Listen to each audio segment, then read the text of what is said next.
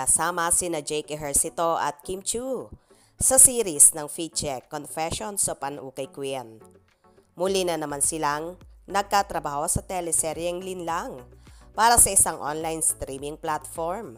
This time, hindi sila ang magkatambal sa nasabing series dahil ang leading man ng chinita actress ay si Paolo Avellino at JM De Guzman. First time ring gumanap ni Kim ng upbeat character bilang babaeng malandi at salawahan. Sa kanya namang Instagram stories, ibinahagi ni Jake ang behind the scene clips ng kanilang serye. Makikita ang aktor na nakasaklay at sugatan. Nakasuot din ito ng neck brace at nakabalot ng benda.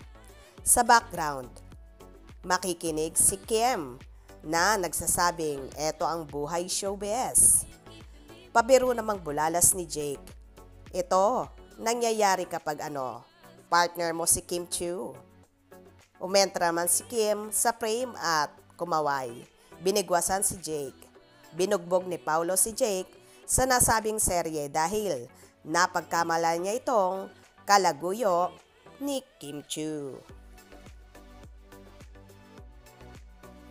Hindi nga akalain ni na Kim Chiu at Jake Ejercito na muli silang magkakatrabaho sa seryeng Linlang. Kaya naman, iniimbitahan nila ang lahat na panoorin ang napakagandang serye kung saan kakaibang Kim Chiu ang mapapanood dito na hindi lang tinuhog ang magkapatid, kundi pati rin si Jake Ejercito. Kaya naman tumutok at huwag pahuhuli sa mga maiinit na kaganapan. Anong inyong magiging reaction sa bidyong ito? Comment below.